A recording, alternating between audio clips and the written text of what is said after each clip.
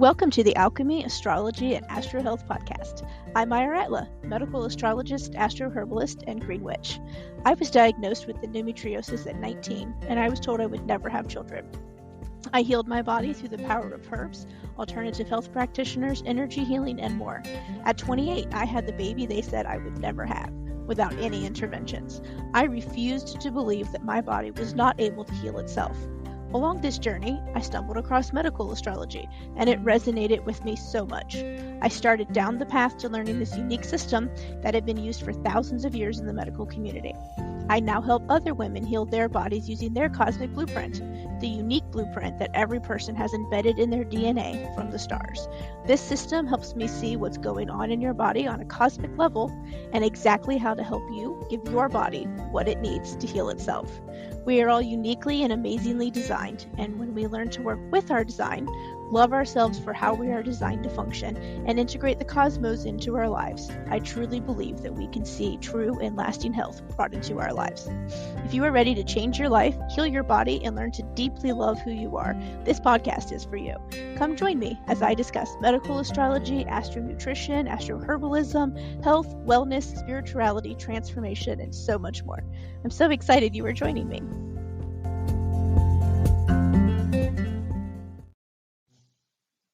I know. You are sick of me telling you to drink water and take electrolytes. But let me tell you, it's totally worth it. This is why I love LMNT so much, though. It's because they are science-backed. They're formulated to contain just the right amount of sodium, potassium, magnesium to ensure that all of that water that I encourage you to drink on a daily basis in pretty much every episode is going to go where it needs to, is going to stay there, right? There is no point in drinking so much water daily if you're just going to pee most of it right back out. No one wants to be living in the bathroom. I'm sure that less time in the bathroom is definitely a plus there. And if you have been wanting to check out LMNT, I have a good news for you. I actually have a referral link now that you can use to purchase LMNT through. And in doing so, you receive a free sample pack with your first order through that link. This only applies to the first order currently, but hey, free is free, am I right? So if you are ready to up your hydration game, keep that gallon of water I am making you drink daily inside your body, click that referral link in the show notes and go snatch you up some LMNT today. My favorite flavors are raspberry salt, citrus salt, and the chocolate salt. So they have a chocolate mint that is delicious and it goes really great with a protein shake, a chocolate protein shake.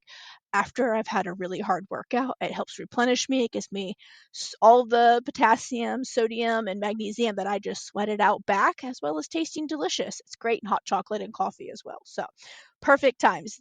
They are great for cold weather mainly. I do not like them as much in the summer, the chocolate ones, but the other ones are great.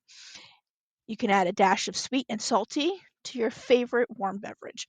So go now to the link, get your free sample pack of LMNT today with your first order. Enjoy it. Let me know what you think about it because it's my absolute fucking favorite electrolyte brand. And that's that. Back to your regularly scheduled program. To awaken your spirit, Tara Magalski invites you to a transcendence retreat in the heart of Tulum, Mexico. In this 6-night, 7-day luxury women's retreat, you will discover the wisdom of ancestral medicine combined with modern science to help empower your physical health, awaken your spirit, and transcend generational trauma. Join Tara, Emily, and their team, and the amazing, tranquil. Are you ready to awaken your spirit? Tara Magalski invites you to a transcendence retreat in the heart of Tulum, Mexico. In this 6-night, 7-day luxury women's retreat, you will discover the wisdom of ancestral medicine combined with modern science to empower your physical health, awaken your spirit, and transcend generational trauma. Join Tara, Emily, and their team at the amazing Tranquil Oasis in Mexico, where you will nourish your body, clarify your highest vision, free yourself from the past, and empower your most centered and aligned life. These retreats are absolutely divine and have transformed so many lives over the years. Spaces are limited, so sign up today. This retreat is scheduled for October 16th to the 22nd of 2024. Find out more and grab your spot at www.divinelifestyles.com/transcendence or at the link in show notes. Again, that's www.divinelifestyles.com/transcendence or at the link in show notes. You do not want to miss this extra special retreat. See you there. Hi, everyone, and welcome back to Alchemy, Astrology, and Astro Health. I'm Ayer. I'm here today with Nina Shulze. She is the owner of Wickedly Whole. She's a Reiki master, an akashic records master, and past life regressionist who recently discovered how much her past and her ancestors have brought her to this moment in time. She's amazing. I love talking to her, so we're going to talk to her today as well. Hi, Nina. So excited to be here. Yes, I'm so glad you're here. We've been meaning to get together for a while and it's not worked out and it finally did and I'm excited about that. Yes, I was thinking about it. I was like, how long have we actually been talking? I know. It has been. I honestly could not give you a definitive amount of time if you asked me. But it's been a good bit. So Nina does Wickedly Whole, which is a business that does what exactly? Let everybody know. So, Wickedly Whole, we are creating witchy bath bombs and shower steamers with a purpose. So, they're non-toxic, they're organic, they're vegan, so none of that extra junk, no mica powders, no dyes, no polysorbate 80, SLS, anything that's going to irritate your skin and your body parts. We're completely free of all of that. And each bomb has a purpose.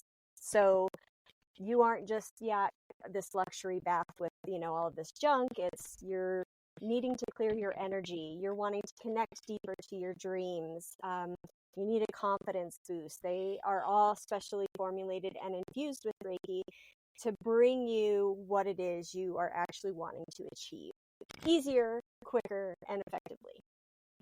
Awesome. That is nice. That's so nice because having been a witch for a while and practicing, and never being a solo practitioner this whole time, so I've kind of just figured this all out on my own. Sometimes, yeah, it'd be nice to just have something that kind of helps with those intentions that you're having, to kind of help you focus or just, bring the energy that someone else is done instead of having to use all of yours.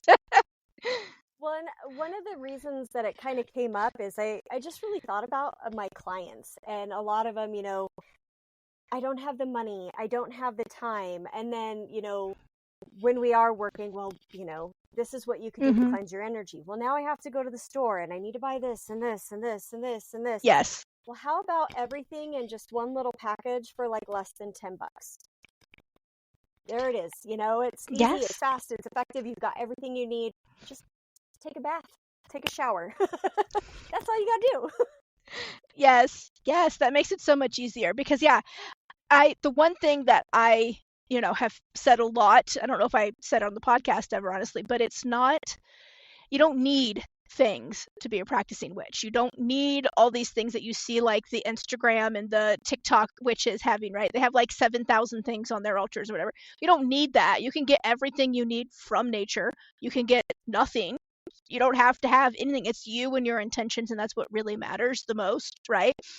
But as humans, we like to have things to help us, right? You feel like, oh, I'm not really a witch if I don't have I don't know, a wand, or I don't have an altar, or whatever, And so it's nice to be able to have some of those things for sure, but to be able to get them at a price that's affordable and you're not spending hundreds of thousands of dollars just to, be a witch. That, and also what I found, to me it's weird, but maybe to anybody else it's not. Grounding is always usually people's biggest issues, and I'm always, hey, just get outside and get your feet in the dirt. That's all you gotta do. Do it for 5 minutes. Sit outside in the sun. It's just super simple. And I don't know what about that is so much more complicated, but apparently a lot of people just, that it needs to be harder, I guess, for them than just putting their feet in the dirt. I don't know. So that was another thing too, because I was like, okay, well, here, water is healing. Here's this formulation of all of these beautiful oils that come together that can ground you. Now you just got to do it. You don't have to go outside. Fine, I get it. We're in Colorado. There's snow. So there's 6 months of the year you don't want to stick your feet in the snow. I get it. Here's this. Yeah. It's crazy. I find that too in my practice because I do the medical astrology, right, with my clients, and I'll find you know, they come to me with whatever health problem, and I'll find in the chart like what's really going on, and let's work on this. And I'll be like, oh, you're really low in, I don't know, vitamin B3. Let's just randomly pick something. I'm like, you just need to increase these foods in your diet, and you're going to be better. And they're like, um, are you sure that's it? Like, they want something complicated. They want like a really like, here's 17 things that you got to start doing and an exercise program. And I'm just like, yeah, health is actually really simple, y'all. It's really simple. It's not always easy, right? Because we have to believe that it's not hard. And that's the hard part in all of that, is remembering that, things don't need to be overly complicated to work. Simple things work really, really well. I have to say, I kind of blame social media and like TikTok and stuff like that for that, and all of these people that are jumping on there, because I noticed that I started getting more clients who were mad when, oh, your energy feels fine. We just need to balance this. Let's clear this out a little bit. What do you mean to tell me there isn't some evil entity attached to me? No. No, not everything is a hex or a curse or a thing. And I am so disgustingly honest with people. So like, Yeah. I can't lie to you. I'm not going to lie to you and tell you you have things wrong with you when you don't. Mm-hmm. I know in your brain you're hoping that that's the reason why something isn't working out for you, but no, that's just not the case. And Yeah, and I think it's easier to blame something outside of yourself instead of taking the responsibility for the fact that your actions, your beliefs, whatever, have gotten you to this point. And that's one thing that I work on with my clients, right? As I have this saying that's like, if you're going to heal, you need to take responsibility for the role that you've been playing in your suffering. And that's hard to do sometimes, is to take that responsibility and realize that sometimes the reason we're still suffering is because of us. We're the cause. And I'm not saying it's easy to hear, trust me, it's not, because but if we don't take that responsibility, then we're never going to get better. I 100% agree. And it makes it hard as a Yeah. healing facilitator, when Yeah. that's what's constantly coming at you. So it's kind of like, Mm-hmm. let's just take a break from that. Let's create, because creating is amazing and fun, and it makes me feel good, and Yes. it's helpful, and that way we can move past maybe some of that and maybe open up other views of things Mm-hmm. to people. Oh yeah.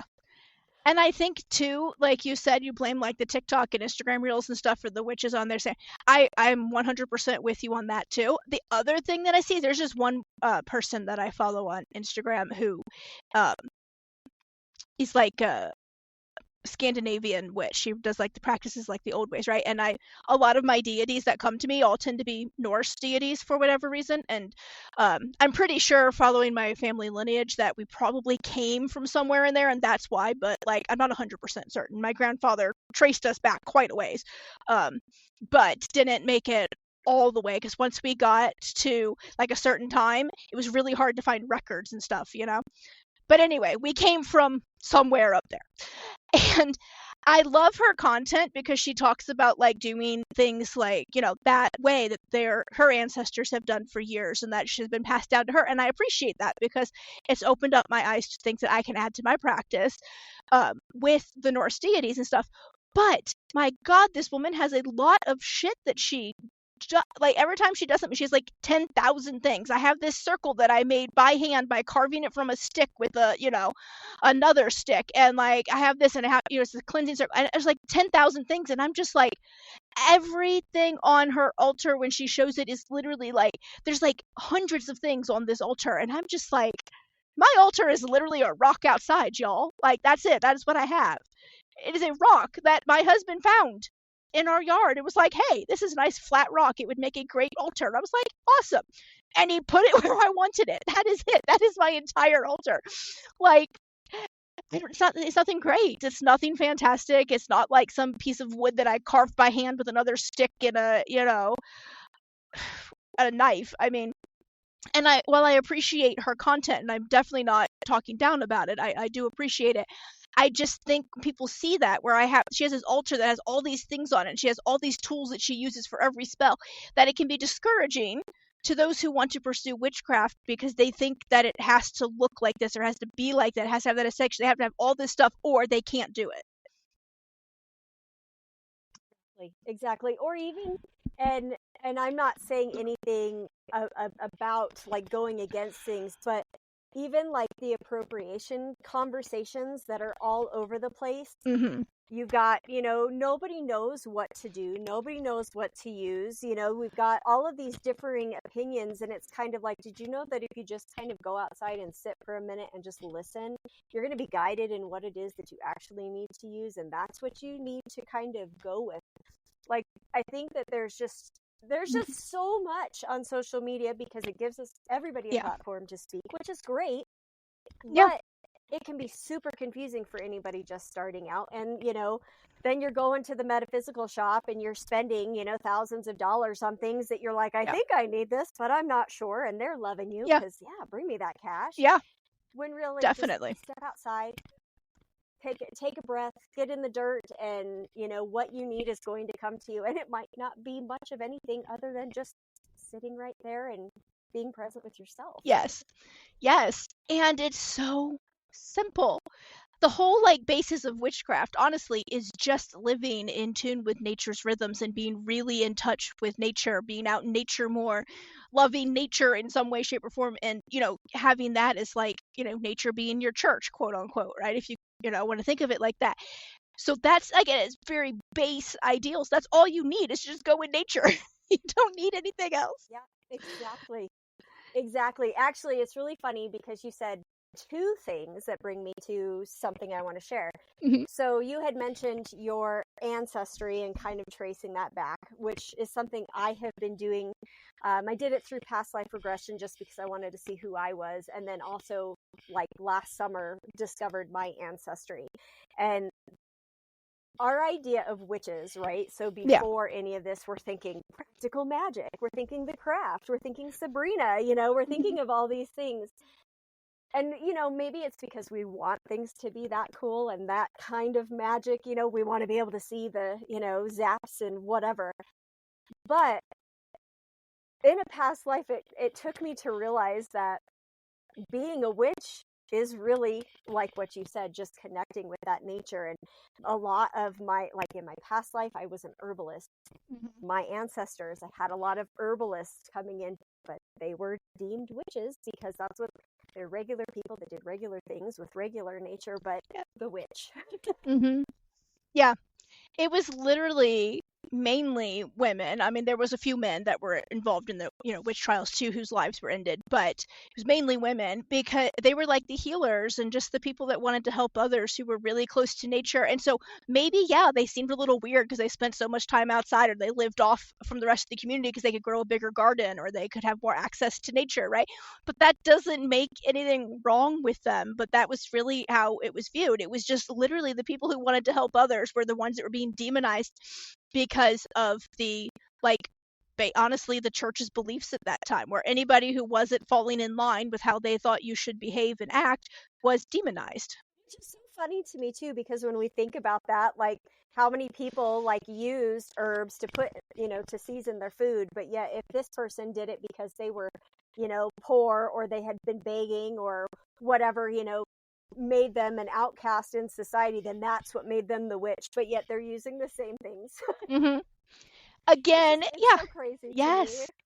No, I'm with you. I 100% agree. It's ridiculous. We actually, this past summer, we homeschool and we are nomadic. We live in our van and we travel all over. We're currently, where I said we were earlier, but we'll be leaving there soon too, now that the weather's getting warmer. But last year, we're homeschooling, we were talking about we came up, the Salem witch trials came up somehow in our learning. And my daughter's trying to understand why this happened and how it worked and all that stuff, because, she's like, this makes no sense. Why, why are they so mean?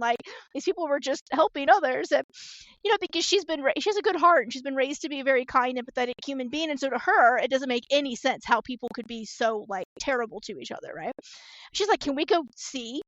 Salem? I was like, sure. So we got in the van and off we went. We went to Salem, Massachusetts.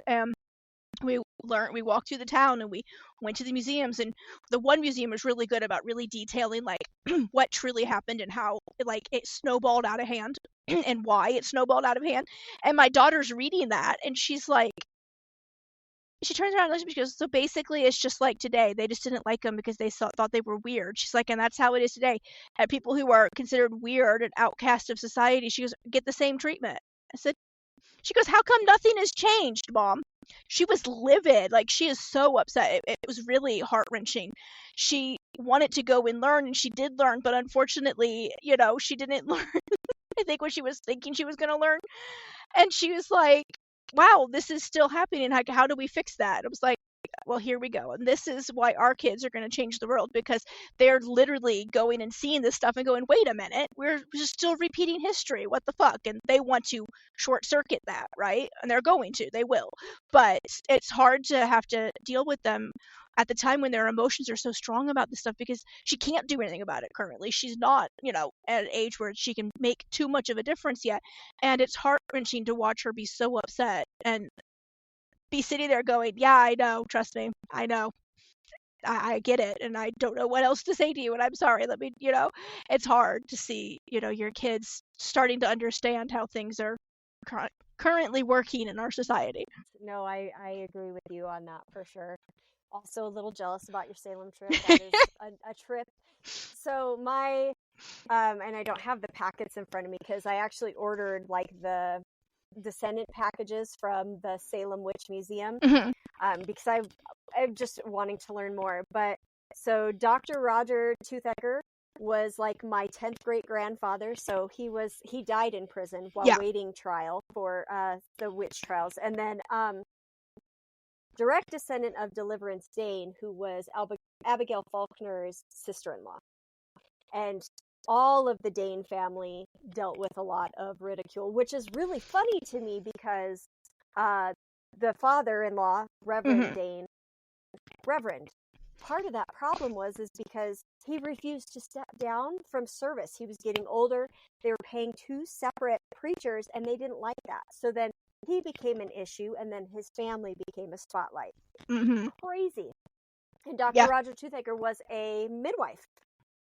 So, and there was a lot of competition around that time of who's taking whose, clients and doing all of that stuff. And it was like, really? Like competition? Oh, okay.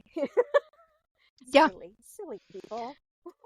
Yeah, it was the, I guess, the modern day corporation suing everybody and trying to take out who they think is, infringing on their insert whatever it is they're mad about today, to keep their money and all that stuff. What scares me, though, is that, and I'm sure you've seen this, social media again, where you've got like the pastor you've known since childhood side too. Like, what are you doing? What? Like, why? And that terrifies me to think, like, so again, how many people are you, you're going to pretend like you feed the homeless like they're okay, but if you're going back to that mentality, then are they the next to also, you're going to give them a meal and then burn them on the stake? Yeah. Like, it's social media. Yeah. No, I've been seeing a lot of that stuff too. So many like posts from people that are again like trying to fearmonger, like people who identify as witches, like we're going to eat their babies and burn their houses down. And like literally all I want to do is just live in nature with no one bothering me. Like, I give zero fucks what you're doing or what's going on. I literally just want to be out in nature. Like, what? And it's just, I grew up in a cult, and that was very much their view too of everything. Was anybody who didn't believe exactly like them or had the slightest bit of open-mindedness was demonized in like so many different ways.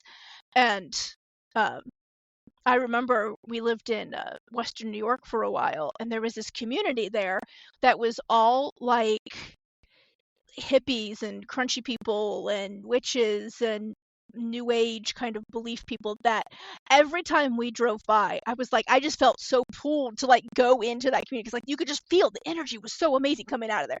And every time I drove by, my parents would like curse their names and oh my god, we got to get away from the devil, is inhabiting the place. And I'm like, but the energy feels really good to me, so how could it be devil energy? You know what I mean? But it was just that's how it was. They didn't even care to get to know those people or try to understand them at all. It was just they don't believe like us, so they're instantly like of the devil and need to be kept away from our children so they don't take them to, I don't know, hell. I don't know where they thought they were taking us, but it was awful. And that was how I grew up. It was very, very sheltered upbringing where everything was very curated in my existence that fit just the picture they wanted it to fit.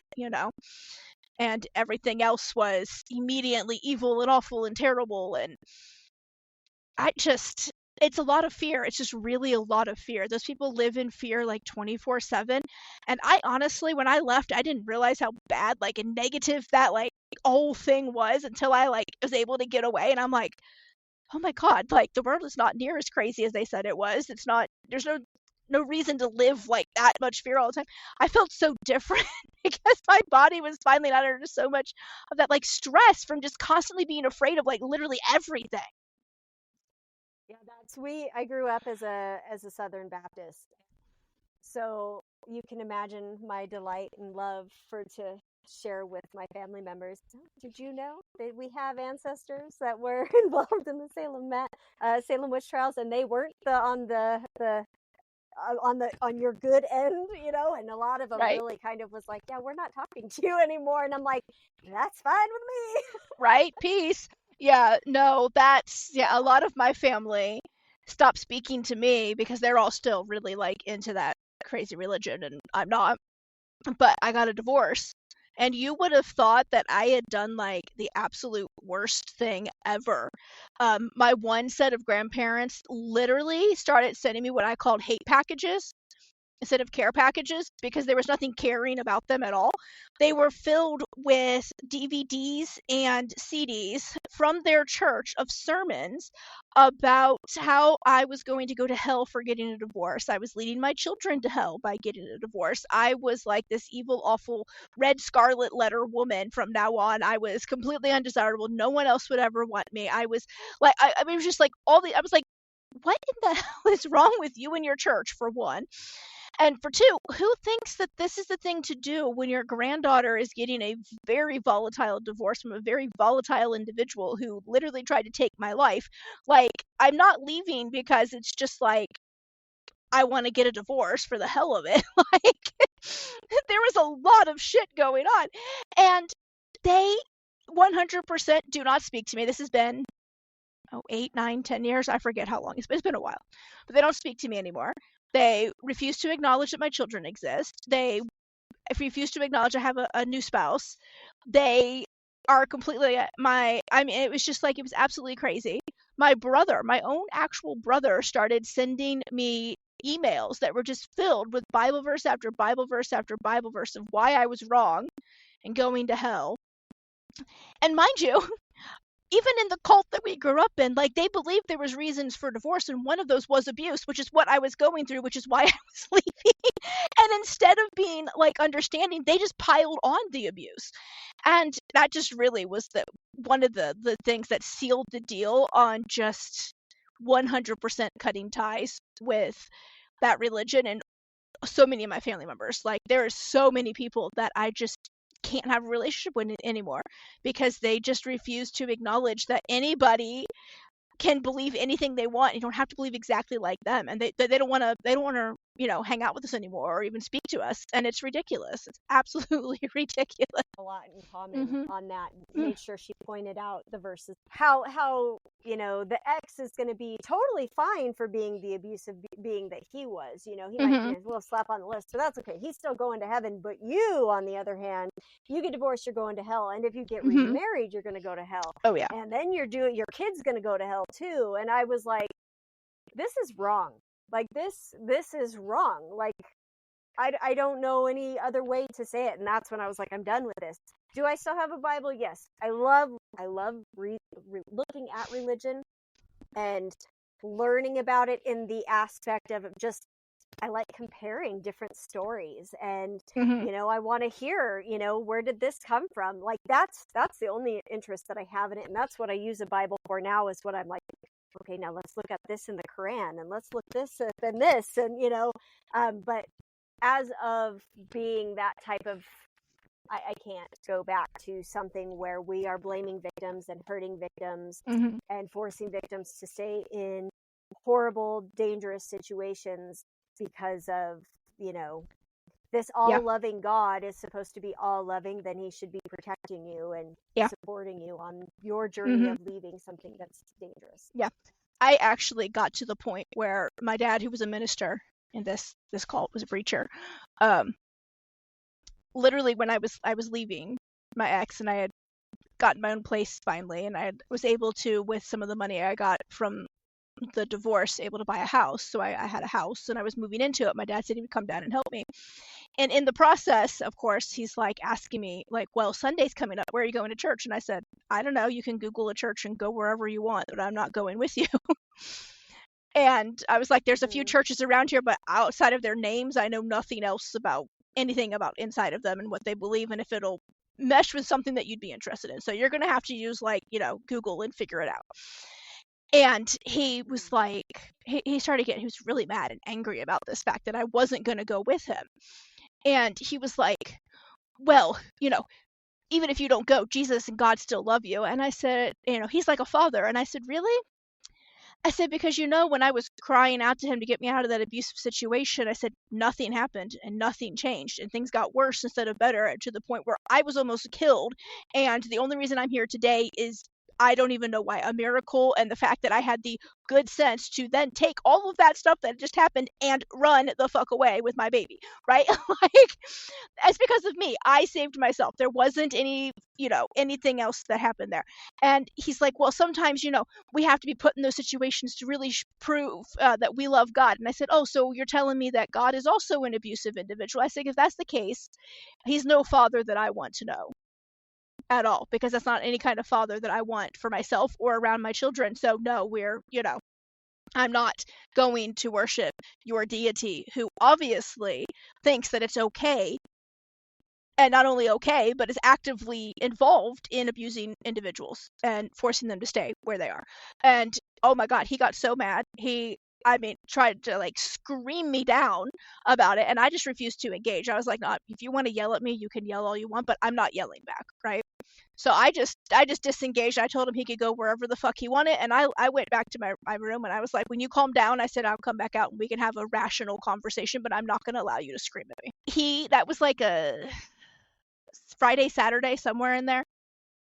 He was leaving on Tuesday. He did not speak to me again until we got to the airport and I dropped him off. Mind you, he was staying in my house with me. And my house wasn't huge. It wasn't like I had a mansion. So we were, having to actually spend a lot of time around each other.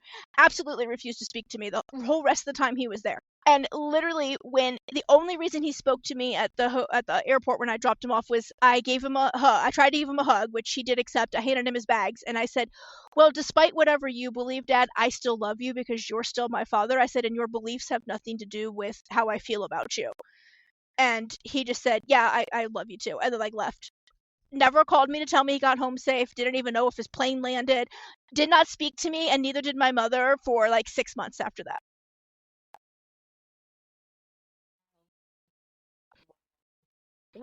I that's it. It's interesting the direction that this conversation is going. These conversations, girl, always Causing me go to come out crazy. of my shell.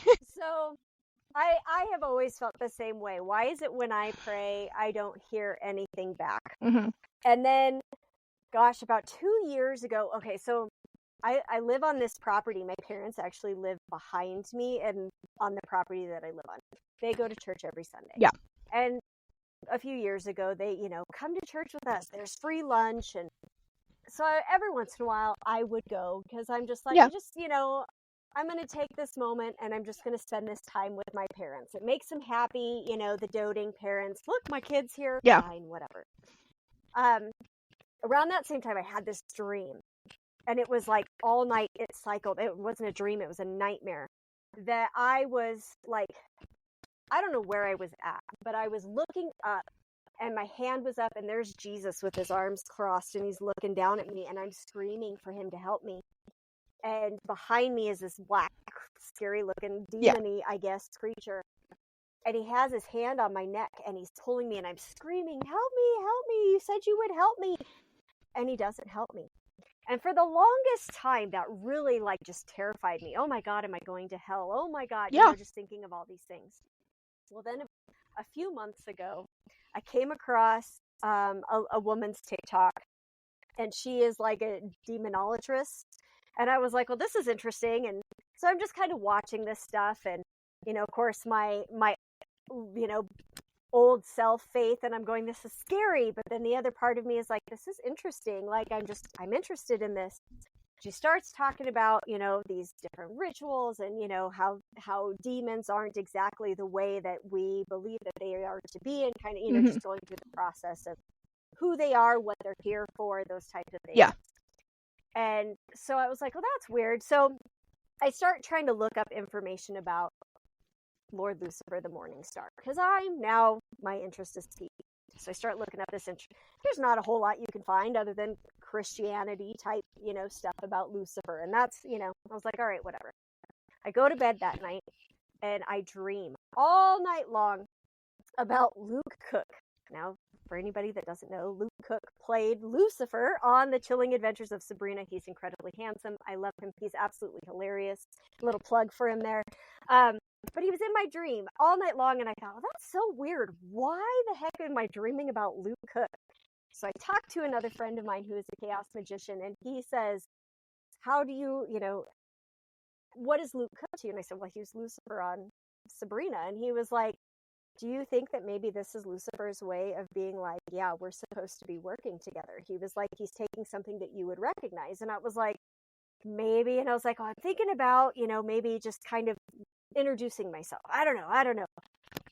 I made the courage up, decided to, set up my altar, do everything, make my sacred space. I have beautiful music playing. I think I got some like whiskey out and some chocolate. That was the first thing. The chocolate disappeared. I have no idea where the chocolate went. Took it out. I set it down. It's gone. Okay. So there's that.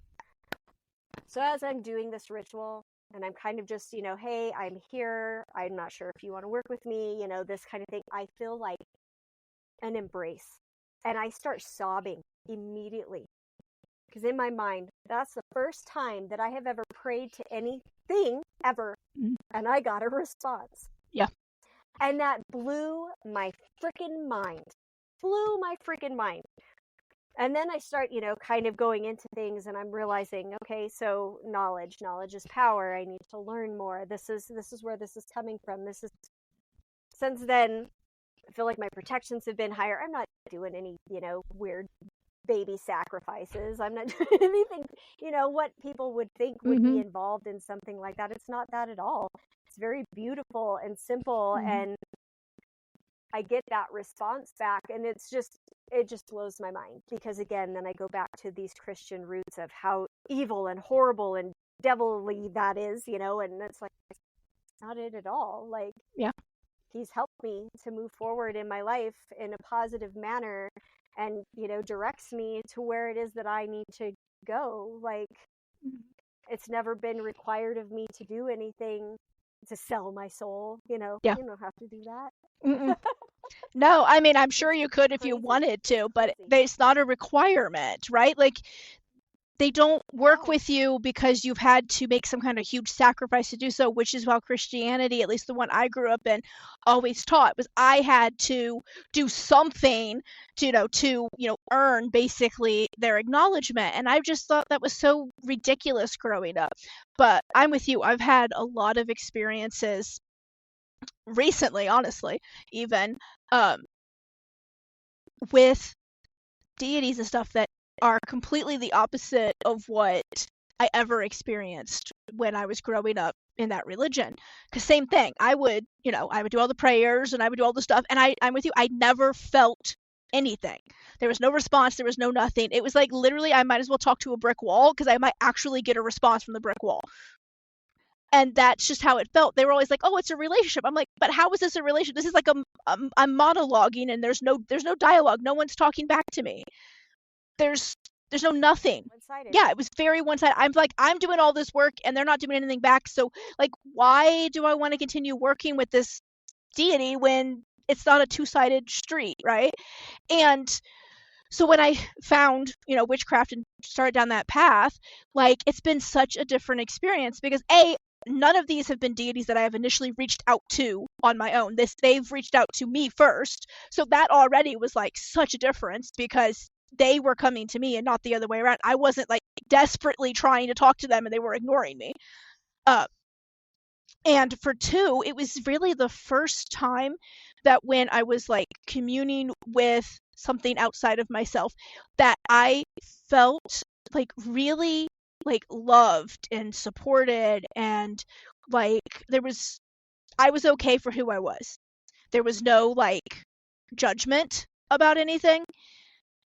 And my first experience with like all of this was before I had left the religion, but I wasn't like I hadn't really pursued anything else. You know how like when you're leaving and then you're kind of in this limbo because that's all you've known, but like leaving it 100%, meaning even like in your personal life, just feels like I don't know, like you're cutting everything off that you've ever known, and it's so for me it was very like scary to do that because I knew that once I completely cut that, severed all that in me, that half my family was I was going to immediately lose all my community and my family, everything. I knew it. And so I was like still trying to kind of cling to it, but it wasn't serving me and I wasn't going to church or anything. I was just still kind of like halfway. So I got pregnant and I went through the pregnancy and I went to give birth and I died during birth. And I had always been told, the whole time growing up that if you haven't accepted Jesus as your savior, you're going to hell like immediately. You're not going anywhere else. And so I had been terrified my entire life of accidentally dying without having like definitely gotten saved right before I died. I was just like literally terrified of this my entire life. It was not a great upbringing to be so scared all the time of like death. And so here I am. I'm in like the most vulnerable position that I think a woman can ever be in, giving birth, and I literally died. And I didn't go to where they said I would go. For one, it was like a dark space. There was none of that, like, oh, I went to a bright light. It was none of that. It was very dark. And I felt like this overwhelming love in that space. Like something was there and they wanted me to be there and they were loving me and they were holding me. And while part of me really desperately wanted to stay there because it was the first time I think I'd ever experienced true unconditional love at that point in my life, which is sad because I was 28 at the time, was like I didn't want to leave, but the other part of me was like, hey, you have to get back to your baby because like she's over there and where you should be all by herself, and she needs you. And then obviously they brought me back because I'm still here and I came snapping back to reality. And I remember being sad. Like I was sad that I was back, not because I didn't want to be with my daughter, because I did 100% want to be with my daughter. But what I really missed was that feeling of love. Like I was sad that I was missing whatever had been there with me and they weren't over here now with me. And that really, like when I got out of the hospital finally and got home, that was what completely severed all of the ties for me to that religion because I had never in my entire experience with that religion ever felt that from anybody. The people that were supposed to be my relatives and my family, from the church itself, from the deity they worship, nothing. I never felt that. And so that's when I started down the path that I eventually led me to where I am now.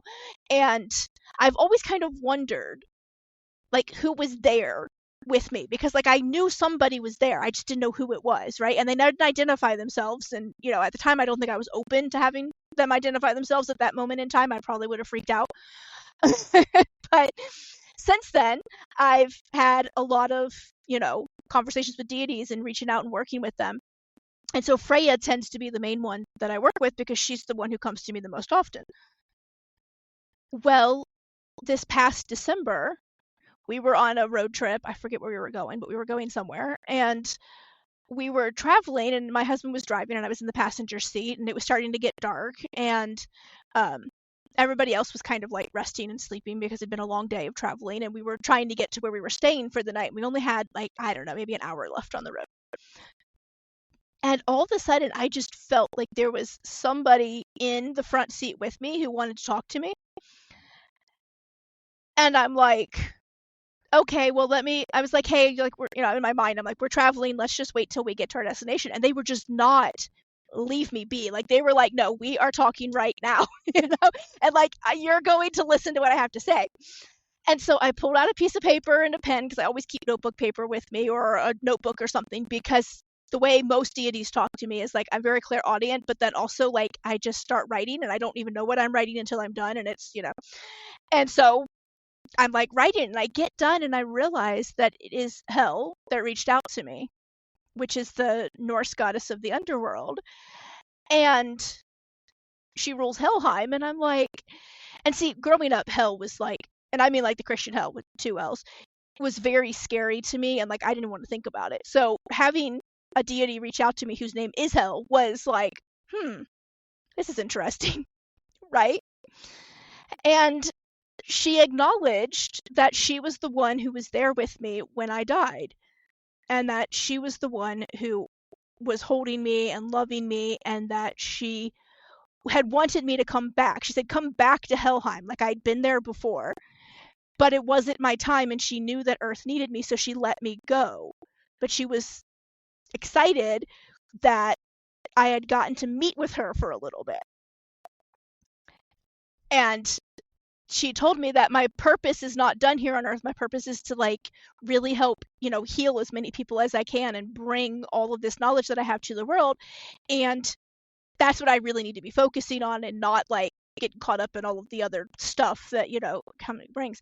And just, it was like such, I don't know, it was very empowering. It wasn't any of that like stuff that you got from like where you had to like pray out to God and then just hope and pray that, literally pray some more, that he would help you and whatever. This was literally her coming and being like, oh, I've already been helping you in the background, but now I'm acknowledging, I'm letting you know that I'm here and we're going to, I want to work with you. Like it's a relationship. It's a two-way street and I love it.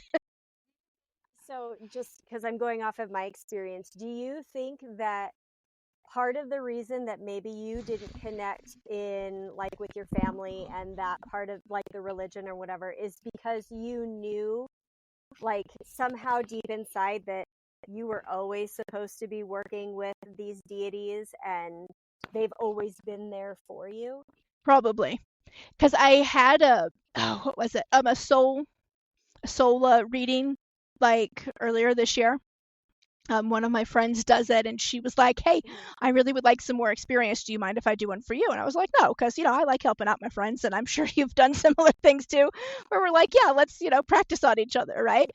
And um, basically that's what she said is I have a really old soul who's been around for a really long time. And I just, like, it didn't work for me, that stuff, because I know that it's like basically I know it's bullshit. It's not going to work because I already knew like, the way that things were supposed to be and how they're supposed to be done and which deity. So yeah, my soul apparently has been around the earth a few times and lived a few lifetimes and just doesn't connect with any of that, resonate with that, because I'm too old of a soul to acknowledge like those new religions, right? I understand where they came from and I just don't want anything to do with them. Mine, what I had learned is he had told me he had been with me since I was a baby. And going back to Mm-hmm. like some inner child, like healing things that Yeah. I had done. Yeah, like I had childhood trauma from, I mean, as an infant, and I mean, going for years. And he is a protector of children. And I was like, well, that makes sense. And then I'm thinking of the times where I would hide in my closet and, talk to things that I couldn't see, and make strange, I was the kid that did weird rituals and I didn't know what I was doing. I think I did deep Yeah. inside, but the potions, the weird incantations, I mean, I would do all of that. I didn't again, not really sure what I was doing, but it felt right. And so when that moment came, I was like, oh, that makes a lot of sense to why why I'm the person that I am Mhm. today, why I'm attracted to some of the Yeah. things that I'm attracted to. Why, I mean, I love learning, so that was huge for me too. So it was pretty big. Now I haven't like reached out to anybody else. I've just kind of been taking it slow and Yeah. trying to get to know him better and have a good working relationship. Um, which is, hard in one sense because, you've got a family and I don't know, like my family doesn't practice what I practice. So trying to make the time and have the privacy. The privacy is Yeah. actually my biggest thing. I like the privacy Yeah. to have those moments. Yeah. Yeah. My family is very eclectic in how we believe. Uh, like my kids and my husband, that family. And all similar, but like different in a way. Like I definitely do, like I said, the witchcraft side of things and really in tune with nature and all of that and spells and rituals. And, I would be the one who's like dancing naked around a fire at night, in the full moon, because that would be totally something I would love to do. But my kids were all raised very like pagan and very, non-religious in the fact that like we didn't push one belief over another. If they wanted to go to church, then hey, we sent them to church. If they, somebody wanted to go, they could go. We weren't going to stop them from like exploring other belief systems, right? Um, Pretty much every single one of them went to church one time and came back and said, well, that's a load of bull and I'm not going back. We were like, okay, well, that was your decision, so there you go. um, so most of them are either, I would say, just completely non-religious at all. Like our older son doesn't really, one way or the other, doesn't really subscribe to anything, which is fine. Our oldest daughter is definitely more on the lines of witchcraft, like myself. um, in a slightly different way than how I do it, which is so cool because it's still witchcraft, but it has her own personal touch to it, right? My youngest daughter, her bio dad is unfortunately very involved in that religion still, and so she's, kind of contending with, well, dad believes this, but mom believes that, and she's still young enough to, have time to definitely develop her belief system into whatever. She has been lately leaning more toward, hey, I'm really liking this whole like witchcraft pagan thing, and so we've been doing a lot of learning about the different deities and how that looks. And um, she is very, very intuitive, and she can see things that other people cannot see. She has a Pisces moon, which totally explains that. But so I've been working with her on like honing that gift, and not being afraid of it when things do show up, to start talking to her. Because I mean, there's this, I don't know what it is. She claims it looks like a little boy. Um, and I believe her because I can't see it, but that doesn't mean anything. Anyways, they like to sit in our van a lot of times with us and like listen in and watch us and hang out with us while we're like doing things. And when she first saw it, it kind of scared her because she looked over and she was like, and she looked back at me and she was like, she looked back and I was like, do you see something? And she's like, yeah, there's like a boy sitting in the corner over there. And she's like, and I don't know why he's here. And I said, well, maybe you should ask him. And she's like, well, what if he's bad? And I was like, well, how do you know if you don't speak to it? And so we've been working on not being afraid of being able to see things and then how to approach that, right? So she's probably definitely leaning more toward us. Our youngest son, he is a ton of Virgo energy, so he is super logical, which is fine. It's great. He's like, you know, very, very logical though, and because of that, he doesn't really fall in any belief system either, right? Because if you can't logic it out, then why are we doing it? Which totally makes sense, and I 100% am all here for that. My husband was raised a Norse pagan. His grandfather was like the main male figure in his life growing up, and he very much was all about like those principles of Norse pagan beliefs where we're you know, in touch with nature and nice to other humans and like the seven virtues that they have, right? And really raised him on that. Um, my husband works closely with Thor a lot of times. Tyr has shown up a lot of times to, work with him too. Thor seems to be the main deity. Um, In fact, the kids named my husband's truck Thor, because they said Thor keeps Daddy safe, and this truck is huge, so it's going to keep Daddy safe. So they named it Thor, and they were right. They were right. My husband was in a really terrible accident in that truck where he rolled multiple times, and he literally walked out of that accident with one scratch. And yeah, we're not even sure how the truck was obliterated, and he was fine, like beyond fine. It was so weird. He said he felt like he was encased in like a bubble almost when things started, because like he had so much stuff. It's his work truck, so he has all this work stuff in there, and all this stuff was flying around, and not a single thing hit him. He should have been hit by like 1,000 things that were flying around, and not a single thing hit him. He said he just felt like he was encased in like a bubble. And Josephine goes, "That's because Thor came down and helped you, Daddy." So we went out that night, and to our altar, our rock altar that I was talking about. We use it as a family altar as well, and we put out some offerings to Thor to thank him for keeping my husband safe. My husband does wear a pendant and all of that too, that connects him to that, and he's had a lot of experiences with those. And then you have me, the eclectic little green witch over here, who does all kinds of crazy stuff. So it's similar beliefs, and the fact that none of us follow the Christian belief, but it's all kind of our own in our own ways. I love that though. That makes it, I mean, I think it's better when you're following whatever your heart is telling you to do, because that's what makes it authentic to you and makes it stronger. I mean, I remember back in my early 20s, Wicca was the only thing I could think of, and I'm looking at this and I'm reading things and it's making no sense, but I want to be a witch, I just Yes. want to be something, no self-esteem type of a girl. Mhm. And now I look back at that and I'm like, that was so silly. Like, I know that I wanted Yeah. something so desperately to be mine, when really I had everything that I needed within and around me, and I just needed to follow Yeah. that. So I love that. And that's the thing that so many people just need to learn, that again makes it so simple but hard to follow, is that everything you need for your belief system, for healing, forever, is inside of you already. You have everything you need inside of you.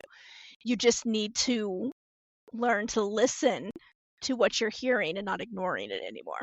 100%. Yeah. 100%. And that is literally part of what I teach my clients, and what I see even in their charts is you have everything inside of you. You just need to stop ignoring it. You need to, again, that responsibility part, right? Where you are the only one responsible for your health. You are the only one responsible for your beliefs. You can't keep giving your power away to outside sources and expect healing to come. It's when you give that all away and you expect someone else to do it for you, that's where that disconnect happens, and then healing doesn't come. Yep. Well, and I think that's something too, with that, even trying to let, when people think healer, oh, well, you're going to fix me. No, I'm here to help you fix yourself. Yes.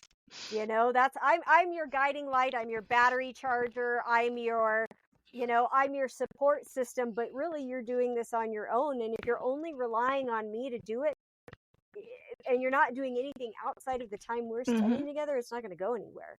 It's happening that day, and you feel good for a couple of days, and then you're back to the same cycle until you see me again. You got to keep up on your own stuff and doing those things, because it's just going to be that vicious cycle. It never gets better. Yeah, because you're looking for someone else outside of yourself to fix things. And you're right. I honestly have stopped even calling myself a healer a lot of times, because people, like you said, assume that means that I'm going to be doing the healing, when the real truth is that I'm teaching you how to heal yourself. I started calling myself a teacher and a guide, because that's what I am. I am guiding you down the path you're supposed to go. I have the flashlight because I've been there and done this, and I know the path, but I can go as far as I possibly can with you, but I can't want that more than you. I can't want your healing more than you want it. I can't do all this stuff and then you're going to get better if you don't continue to follow all that stuff after we stop working together. I give you all the tools. I can give you 1,000,000 tools, but if you're not ever going to use them or take responsibility for your health, and that you're responsible for this, it's not anybody else's job to heal you, then it's just not going to happen, and it won't. And a lot of people misunderstand that. You're right, when they hear healer, they're like, oh, you're going to fix me. No, I can't fix you. I can't want you to be fixed more than you want you to be fixed. It's, and I know, like, I don't, here anyway, at least in Colorado, we get the body, mind, spirit thing that comes through, and it goes through Arizona Mm-hmm. too. And the last one that I did was last spring. And because of everything that's going on in the world, we've got all these people that are rising up to their, becoming their true selves or whatever. All sorts of new people coming out of the woodwork that are now healers. And it's kind of scary because I don't think that they quite understand their responsibility. I also think that they don't understand that it's not easy. Here we want to help you. Okay, that's what we're here to do. Is we're here to help you to move forward in your life. We're not moving you forward. We're just providing you the tools to help you to do that. It's once people, get to that point, they either have two things. Either A, they've done the work and they've worked with you and they've healed, and then they don't need you anymore. At least not right now. They might come back later, but they've graduated the program. Mm-hmm. Or you've got the people that are like, well, it's not working, and so I'm not going to come see you anymore because you're not helping me. Well, are you doing this? Are you doing this? Well, no, I'm not doing any of those. Well, that's why you're not benefiting from anything that we're doing together, because you're not taking accountable yourself and your healing accountability in any of that. Mm-hmm. And so these new people that are coming through, I'm just kind of like, don't think it's as easy as being like, let me wave my hands over you and now you're healed. Yeah. I cured your cancer. It's not a magic wand, y'all. Okay.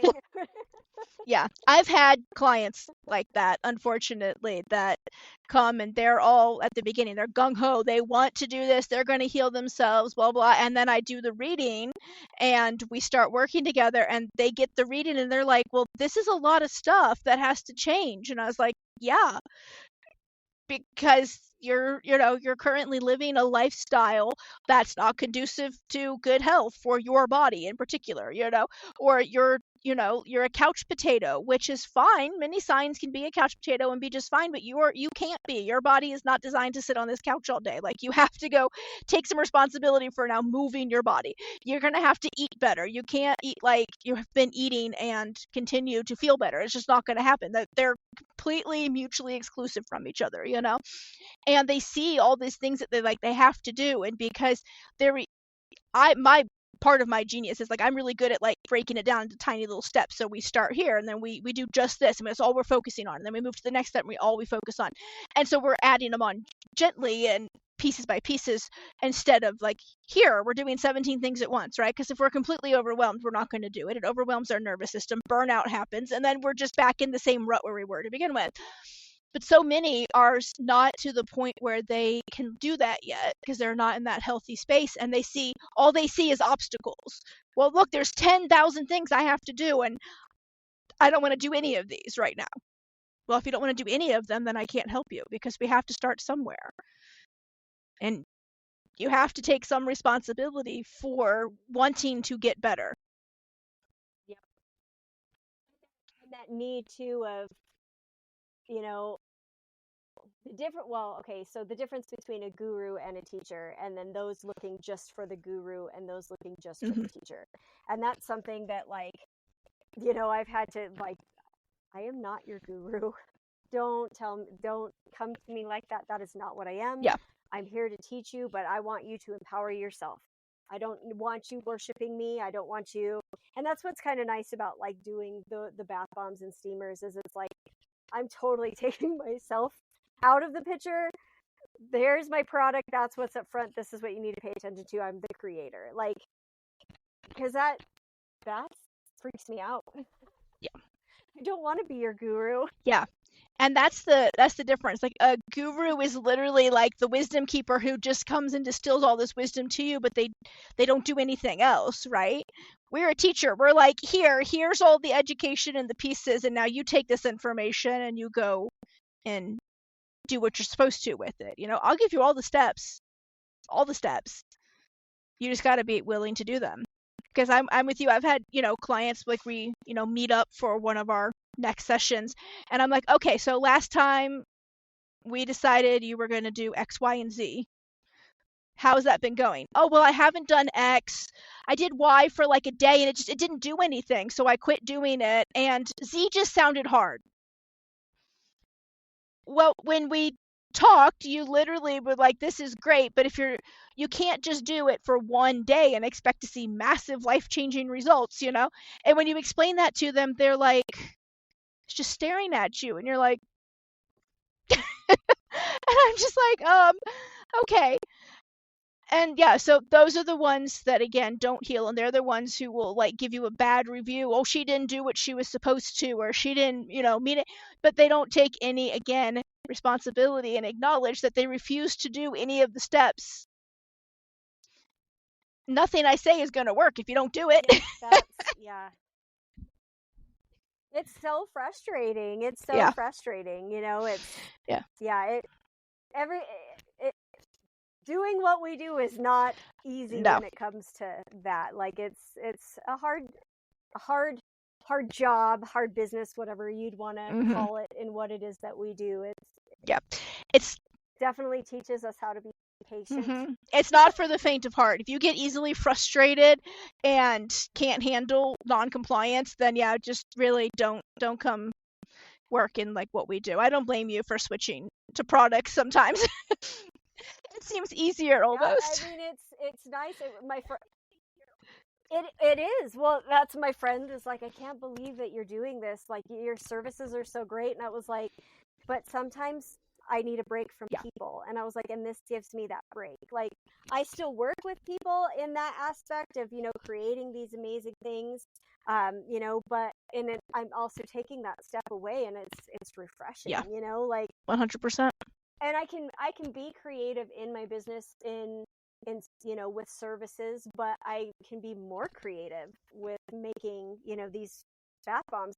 I had a girl yesterday contact me. She wants me to custom make her bath bombs for her bridal shower.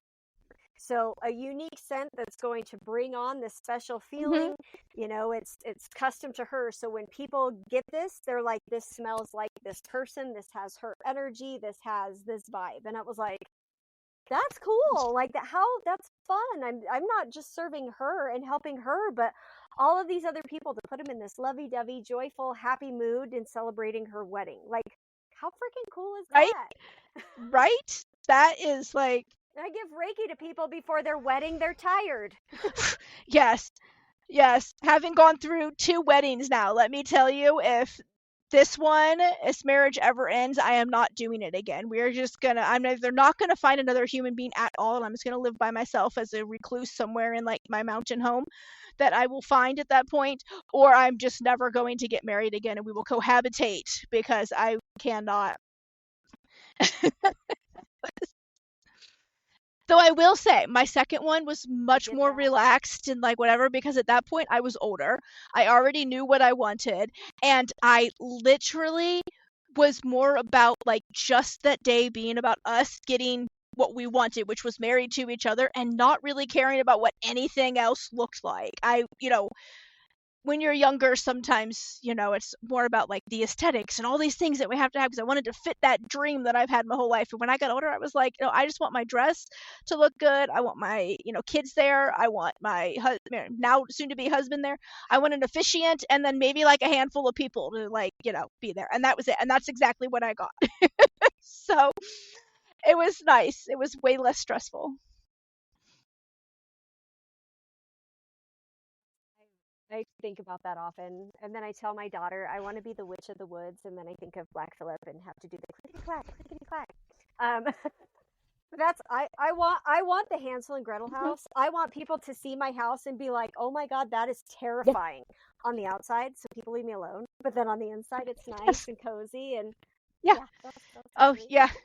Seriously, if like anything ever happens to my spouse, then that is totally what I'm going to be doing. I'm going to be that person that was like, don't go over there. She's the crazy woman. Thank you. Leave me alone. I am in my... dream. Yes, I'm in my crone phase of life. Leave me alone. I just want to go live in this house by myself and be ignored. Yes. Yes, I agree with I that. will definitely Um, have that's like that's goals, like literally goals. Oh, well, yeah. unfortunately, it's already been over an hour and I like to keep these right around that hour mark. So, in the essence of time, let everybody know where they can find you and get your awesome products and anything else you think they need to know. So you can find me on Facebook and on Instagram at Wickedly Whole, and that's WHOLE, just to clarify. And then I do have some product on my website, which is wickedly-whole.square.site, as well as I do have an Etsy shop up, but I don't know how much longer I'm going to keep that. It's kind of just there. But that's where you can get my stuff, of course, and then, you can see my products online as well on our social media, and it's fun. Yeah, that's it. I'm easy. I'm easy to Very find. easy. So there you have it, guys. It'll also be in the show notes, so you can pop in there and find those links. Thanks again, Nina, for coming. Thank you so much for joining me for another episode of Alchemy, Astrology, and Astro Health. I hope you enjoyed today's episode as much as I enjoyed making it. You can find all relevant links to today's show in the show notes below. If you loved the show today, please subscribe, follow, and leave me a review. I love to hear your thoughts, and it helps me know what is a hit and to make more of that content, especially for you. If you want to learn more about me and how I can help you, head over to atlaastrology.com. There you can sign up for a medical astrology package, download my free Sun Sign in Your Health ebook, read the blog, and so much more. If you want to connect more outside the podcast, follow my Instagram channel at @AtlaAstrology or join my Astro Connection community, the link to which you can find in the show notes. Until next time, love and light.